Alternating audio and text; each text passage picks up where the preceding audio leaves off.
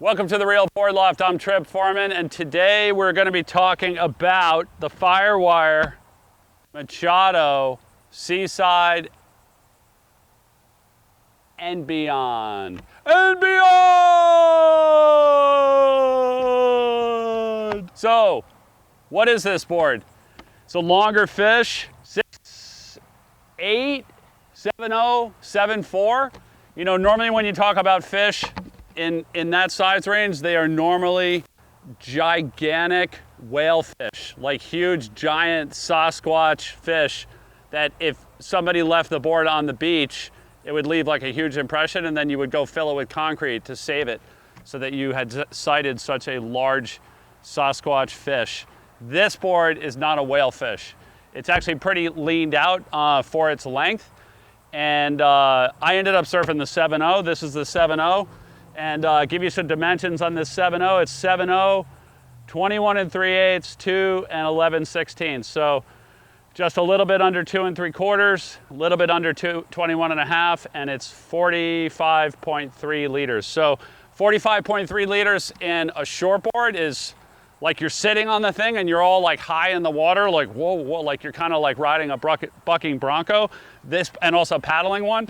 This board at 45 liters is down in the water and quite a bit more stable, and that's because it's longer, narrower, and a little bit thinner than what you would expect in like a 7.0 fish. So definitely want to disassociate this from like if you had like a 7.0 like classic like keelfin fish, or like a double XL fish or something like that. It's a lot narrower, a lot leaner, and a lot more neutral in the water. Got a ton of sessions on this board.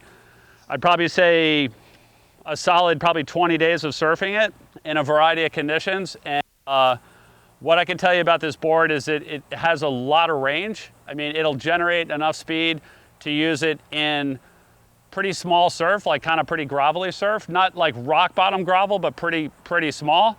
And you could also ride it on the better days. Like I rode this thing through some of our better swells of the beginning of the summer, and also rode it, you know, in some wind slop and you know, just a variety of swells. It's set up a dedicated quad. Machado has his own fin set for this board, which you could use in this board, but also other boards.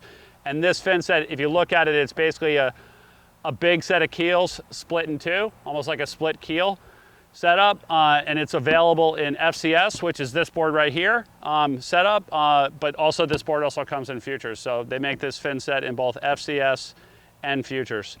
As far as looking at the design of this board, we talked about the foam flow, definitely wide point forward, good paddler. The tail is actually relatively narrow for like what, you know, like a fish style board. And that's what gives this board the hold in the better surf. The only place where I kind of found this board to be like kind of not in its element was in below sea level, like dredging, like conch shell barrels. But then again, like most boards wouldn't be in its element there. But everything else, like, you know, good tubing surf, like good size surf, medium surf, all the way down to, you know, like fun kind of thigh to waist high surf. This thing works really well. It's got a noticeable concave. You can see through the board, like looking down the length of the board, there's definitely concave in it, and which is going to help lift the board, you know, up onto a plane and get the top speed going. And then you get back in here, it goes from a single up here into a double, into definitely a more defined double with like more V in the middle of the board, and then out the back of the board. So looking at it, like looking how narrow it is back here, it's getting the lift from those concaves and getting up and going. So as far as surfing this board, it is a longer board, and so it likes a little bit more flow. And you see the way that Rob surf it, and we've got some great clips of Ben Skinner also ran this board when he was here in Cape Hatteras. And it definitely, you know, the rail line of this board, the length of the rail line of this board, and just the outline of the board, it likes to be everything drawn out. And the board will surf really fast, and it also has really good hold. Like it'll get up on rail early in the wave and you could high line it and just really get going on this thing. You could also go way out into the flats and have enough speed and projection off the bottom to get back up into the wave. Super fun board to surf.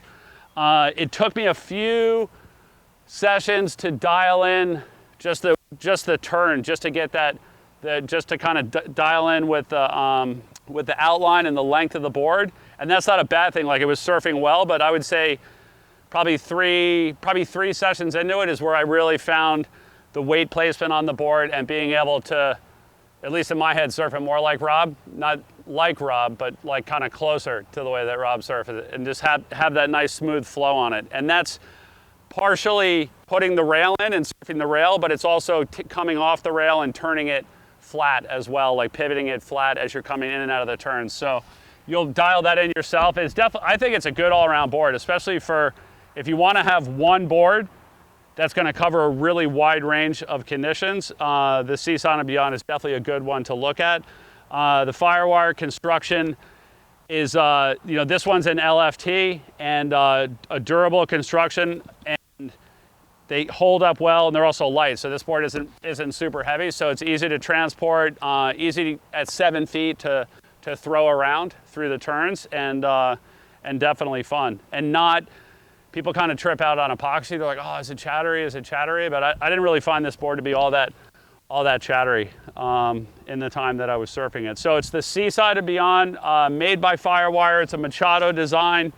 This one's 7.0, also 6.8, also 7.4. Just a good all-around Swiss Army knife surfboard that you can use in a really wide range of conditions. Also, like, if you were going on a trip and you just wanted to take one board and this was your style, this would be a really good board to take, because you could ride it in a like really wide variety of surf conditions. If you have any questions about the Seaside and Beyond, you can give us a call at the shop, or if you'd like to place an order, give us a call at the shop, 252-987-6000, or look us up online, realwatersports.com/surfing. Thanks for tuning in.